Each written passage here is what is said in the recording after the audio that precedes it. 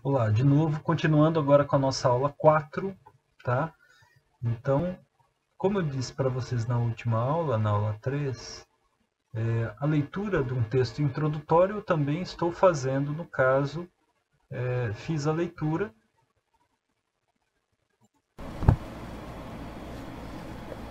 As características mais interessantes das pulgas são suas adaptações que têm sido aperfeiçoadas durante talvez 100 milhões de anos. Inicialmente, elas se adaptaram ao modo de vida parasita em um animal de sangue quente, com pelos.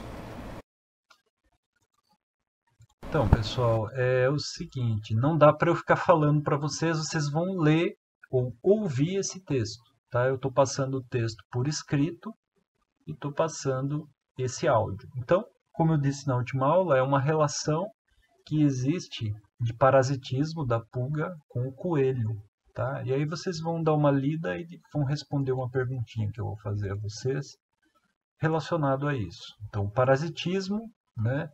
Então, o parasita é o organismo que obtém substâncias, nutrientes e energia à custa de outro organismo. Parasita que mata um hospedeiro é um péssimo parasita, tá? Nós temos parasitas, inclusive, entre os alunos que vão lá e, em vez de estudar, acaba copiando do colega. Isso também é um tipo de parasitismo. Mas o mau parasita é aquele que faz com que esse outro aluno fique muito puto com ele, tá? Então, o parasita que mata um hospedeiro é um mau parasita. O parasita que vive dentro do hospedeiro nós chamamos de endoparasita. Como eu disse para vocês, o ciclo de vida da tênia, tá? Então nós estamos vendo aqui quando eu como uma carne mal frita de porco, nela vai existir um cisticerco com tamanho de 1 centímetro, tá? Carne com cisticerco, carne mais ou menos crua. Quando eu me alimento, esse cisticerco vai para o intestino, tá? Como que se dá o ciclo? As fezes humanas elas saem com esses segmentos da tênia, tá? Segmentos com ovos, e a fruta contendo verme faz o ciclo. A tênia ela provoca sérios problemas porque você fica anêmico, porque ela se alimenta muito. E você se olhar nas fezes, verem pedacinhos dessa tênia, é como um pedacinho de macarrão que sai junto, tá? Um parasita que vive fora do hospedeiro nós chamamos de ectoparasita, o carrapato, a pulga, por exemplo, tá? O endoparasitismo com a mosca da goiaba. Quem nunca comeu uma mosca com o bigatinho, né? Esse bigatinho ele vai se transformar numa mosca amarelada, tá? Para você fazer uma prática dessa, é só pegar uma goiaba com o bicho, põe num frasco transparente com um filtro em cima para passar o ar e acompanhar o processo de eclosão desse inseto aqui. É uma atividade bem legal para fazer com seu aluno. Predação é a utilização de um organismo vivo como alimento por outro. Tá? Aqui nós estamos vendo um biguá se alimentando, parece ser uma carpa. Tá? Então, quando nós temos a relação presa-predador, quando nós temos um aumento do número da presa, aqui é tempo e aqui é o número de indivíduos no Y. Eixo X tempo, número de indivíduos no Y. Quando eu tenho um aumento do número de presas, logo ali para frente eu tenho um aumento dos predadores. Quando diminui o número de presas, eu tenho a queda no número de predadores. E assim sucessivamente, tá? Relação presa-predador. Adaptação das presas.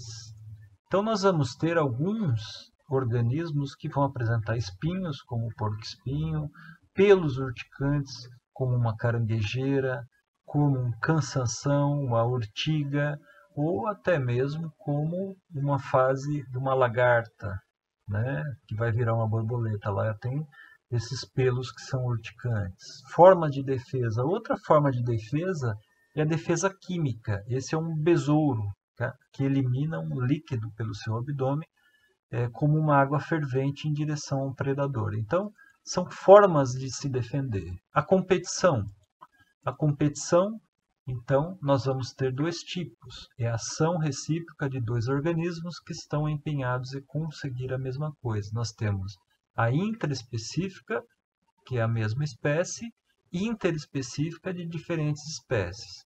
Já falei anteriormente, então, essa aqui são espécies que competem fazendo sombreamento, tá? Uma forma de competir é sombrear, essa aqui se desenvolve bem menos por causa da sombra delas. Então, elas estão brigando por recursos, nutrientes no solo e luz solar. Conforme essas aqui fecham a luz, essa aqui vai se desenvolver menos. É uma competição intraespecífica. Já uma competição interespecífica é o que nós chamamos, o que nós denominamos de alelopatia ou aleloquímica. Ocorre muito com eucalipto. Então, quando chove, tá? Quando nós temos a chuva, escorre a água pelas folhas que eliminam produtos químicos que vão inibir a germinação de espécies aqui embaixo, tá? Então, isso se chama alelopatia ou aleloquímica. Nicho ecológico é a tarefa específica de uma população em um ecossistema. Então, nós vamos ter um nicho, por exemplo, lagartos que estão muito mais adaptados a lugares secos, tá?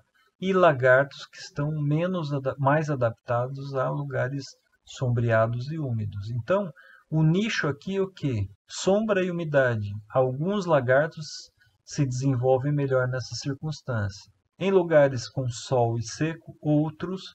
Então, existem nichos específicos. Sobreposição de nicho, ou princípio de Gauss, eu expliquei anteriormente. Duas espécies de mesmo nicho são colocadas no mesmo local, ocorrendo uma competição. Uma delas perde, como eu disse dos paramécios. Nós vamos ter dois de mesmo nicho, né? Então, nós vamos ter uma competição, tá? Ó, quando eu coloco os dois juntos, um se sobrepõe ao outro. Esse aqui é mais forte.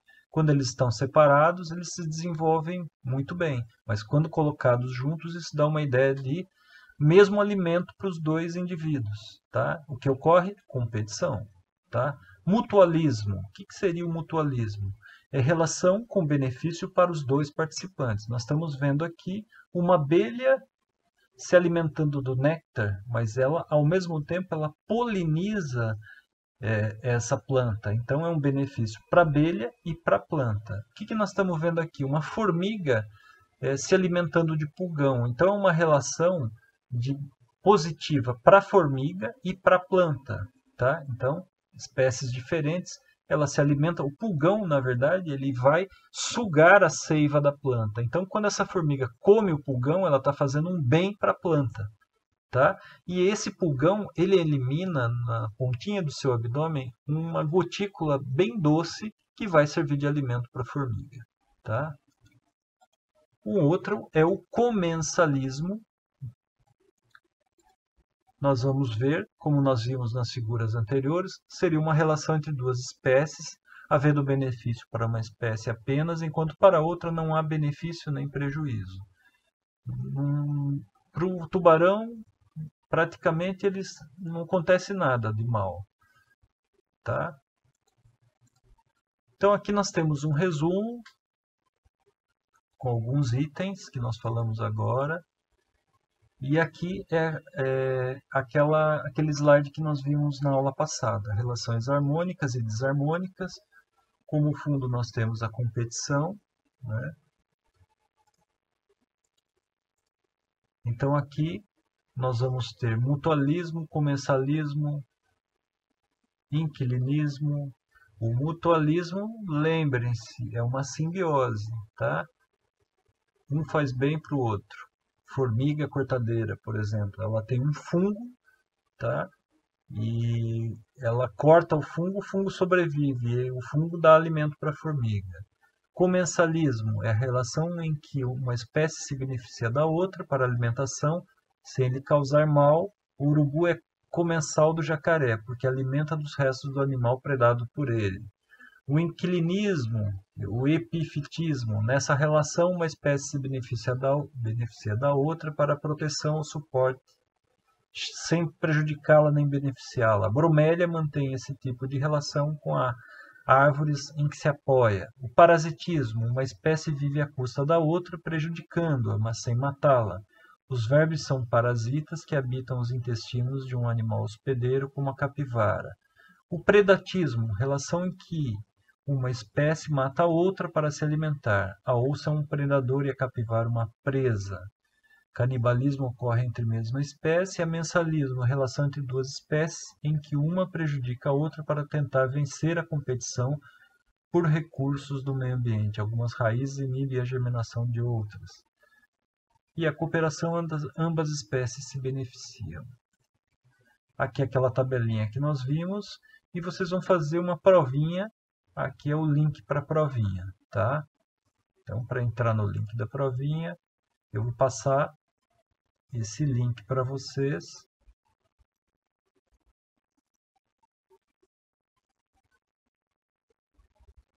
Ok?